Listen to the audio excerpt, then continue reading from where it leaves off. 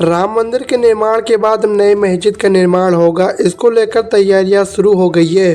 बाबरी मस्जिद के विध्वंस के 33 साल बाद धन्नीपुर गांव में नई मस्जिद परियोजना के लिए संभावित समय सीमा अप्रैल 2026 हो सकती है।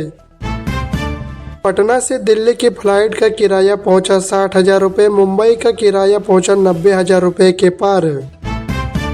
आगरा लखनऊ एक्सप्रेसवे पर कोहरे के कारण वाहनों की गति 120 से घटकर 75 किलोमीटर प्रति घंटा कर दी गई है। यूपीडा ने हादसों को रोकने के लिए ड्रोन से निगरानी करने का फैसला किया है। कोहरे में ज़्यादा हादसे रात 12 बजे से सुबह 8 बजे के बीच होते हैं। 4 पहिया वाहनों के लिए 75 किलोमीटर प्रति घंटा और भारी वाहनों के लिए 80 किलोमीटर प्रति घंटा की गति सीमा तय की गई है।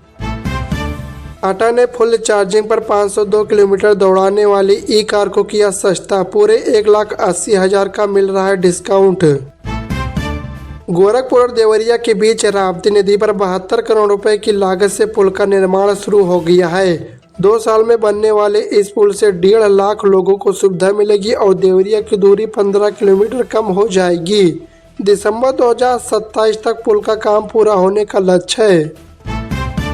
रेडमी 15C भारत में लॉन्च। कीमत 12,499 रुपये से शुरू। बजट स्मार्टफोन में AI फीचर्स के साथ 50 मेगापिक्सल का कैमरा, पावरफुल 6000 mAh की बैटरी और 8 GB रैम मिलेगा। सिगरेट, पान मसाला जैसे प्रोडक्ट पर सरकार अब एक्स्ट्रा टैक्स लगाएगी। एक्स्ट्रा टैक्स से आने वाले पैसों को नेशनल सिक्योरिटी के लिए इस्तेमाल किया जाएगा। यह जानकारी लोकसभा में वित्त मंत्री निर्मला सीतारमण ने दी है। चलिए दोस्तों, अगली खबर बताने से पहले इस वीडियो को भी लाइक करें, शेयर करें और चैनल को सब्सक्राइब करके बेल आइकन प्रेस कर लीजिए। उत्तर और मध्य भारत के कई हिस्सों में तापमान अचानक तेजी से गिरने की संभावना है। मौसम विभाग के मुताबिक उत्तर प्रदेश, बिहार, राजस्थान, हरियाणा, पंजाब, दिल्ली, NCR, महाराष्ट्र के उत्तरी पश्चिमी इलाके और मध्य प्रदेश के कुछ हिस्सों में ठंडी हवाओं के चलते शीतलहर की स्थिति बन सकती है। उत्तर प्रदेश सरकार ने राज्य कर्मचारियों को अपनी चल अचल संपत्ति का विवरण मानव संपदा पोर्टल पर 31 जनवरी तक दर्ज करने का निर्देश दिया है। आगरा में बीमा सखी योजना की शुरुआत हो चुकी है। इस योजना के तहत ग्रामीण महिलाओं को रोजगार मिलेगा। पहले बैच में 9 सखियों ने परीक्षा उत्तीर्ण की है। इन सभी को प्रशिक्षण दिया जाएगा। सोना 1,207 रुपये गिरकर 1,28,000 प्रति 10 ग्राम हुआ। चांदी 5 से 30 रुपये सस्ती होकर 1,75,000 किलो पर हुई। कैरेट के हिसाब से देखें गोल्ड की कीमत है।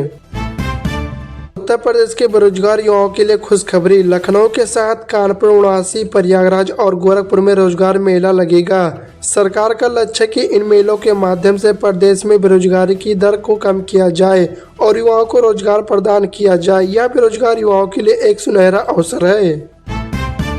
उत्तर प्रदेश सरकार चकबंदी प्रक्रिया को पारदर्शी बनाने के लिए हर घाटे का ई-नक्शा तैयार करेगी। रोवर मशीन से बने नए नक्शे पुराने नक्शे से मिलाए जाएंगे।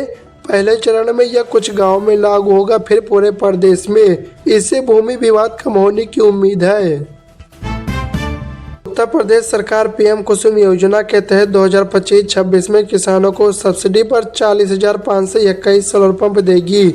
आवेदन 15 दिसंबर तक कृषि विभाग की वेबसाइट पर किया जा सकता है। यह योजना पंजीकृत किसानों के लिए जिनका चयन ई-लॉटरी से होगा।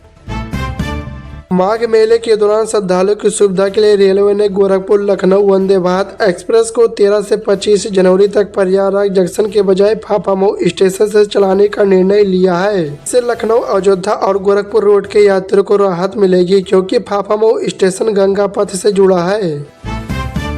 उत्तर प्रदेश परिवहन विभाग में एक महत्वपूर्ण बदलाव होने जा रहा है। परिवहन मंत्री के अनुसार राज्य के सभी रेलवे स्टेशन और हवाई अड्डों को आपस में जोड़ा जाएगा।